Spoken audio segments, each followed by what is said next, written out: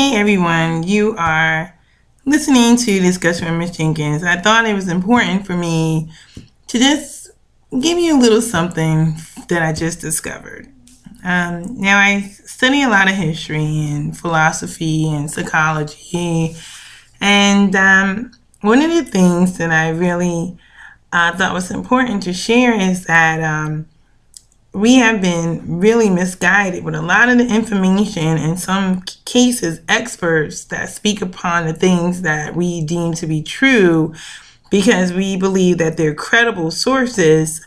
In actuality, they're just as clueless as many average people who don't have time to read a lot of books. And in the music industry, there's a lot of symbolism as far as certain shapes or things of this nature. And we really deem it to be so evil and so bad.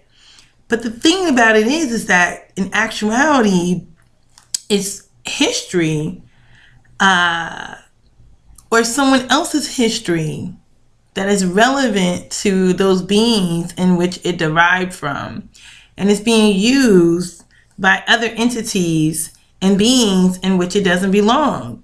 So with that being said, if the symbolism is being used by individuals that it doesn't belong, that means that they're using it wrong. That means that they're using it in the way that they can't, that they manifest, and that they give us less and cause us stress and agony. But if we remove fear out of the equation, we'll start to recognize the true invasion. So when you see people up here doing this, we're like, oh my God, it's a 66666. Oh my God. Did you ever realize that they're referring to symbolic, ancient history from Egypt? Now, the point right here between your eyebrows and literally in the middle top portion of your nose. Okay. Look, I'm getting distracted. No, stop. But this point right here normally is what people refer to as the third eye. Now, the third eye does not exist. Okay? And you can challenge me on this, or please, give some other insight if you come up with anything else. It's the first eye, which actually makes sense because you have to get into the inner layer before you get to the outer layer. So your first eye is right dead smack in here, which would also be referred to as the pineal gland, right? It would be referred to as your pineal gland. Now, with that being said, this would be considered your first eye and not the third eye, right? And these are just focus lens that bring things into more visual appearance. But the third eye, which is really the first eye, is in which this symbol is really actually indicating. It's indicating that there's something in there that's taking people to another psychological plane or connection. But before we can make any vital connections, we have to be able to identify and relate to be able to make the appropriate identification of the information that's being filtered to us. So now, in order to reach a higher level of consciousness, you have to start interpreting that this is not your natural language, that we are not speaking in our natural tongues. And so that means that the things that are being done wrong to us is very difficult to become undone because we don't know who we are. And because you don't know who you are, it's only so far that you're going to get because you're really not recognizing the major components of the language.